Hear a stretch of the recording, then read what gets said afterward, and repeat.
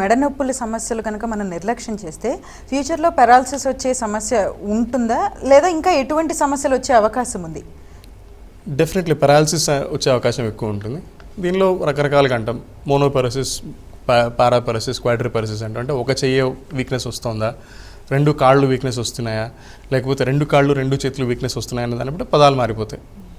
ఒకవేళ సివియర్గా డ్యామేజ్ అంటే ఏ లెవెల్లో డ్యామేజ్ అవుతుందనే దాన్ని బట్టి పేషెంట్కి సింపుల్ వీక్నెస్ అంటే చేతులు వస్తువులు పట్టుకోలేని స్టేజ్ దగ్గర నుంచి పూర్తిగా కాళ్ళు చేతులు వీక్ అయిపోయి బెడ్ రిడన్ అయిపోయే పరిస్థితి కూడా రావచ్చు.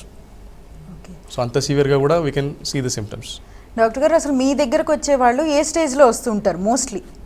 ఇప్పుడు కొంతవరకు అవేర్నెస్ పెరిగింది కాబట్టి జనాలు కొద్దిగా మెడ నొప్పి రాగానే స్పాండైలోసిస్ లేదా డిస్క్ ప్రాబ్లం ఉంది, నిజంగా ఎవాల్యుయేట్ చేయించుకోవాలా అని పరిగెత్తి వస్తారు.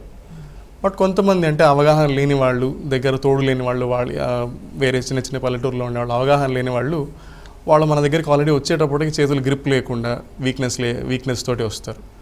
అది వయసు రీత్యా వచ్చిన వీక్నెస్ అనుకుంటారు తప్ప నరాలు యాక్చువల్గా డ్యామేజ్ అవుతున్నాయి, దానివల్ల చేతులు గ్రిప్ ఉండట్లేదు, పట్టుకోలేకపోతున్నారు అనేది ఐడెంటిఫై చేయరు. అలాంటి వాళ్ళు మన దగ్గరికి వచ్చేసప్పటికే లేట్గా వస్తారు, వీక్నెస్తో వచ్చేస్తారు వాళ్ళు.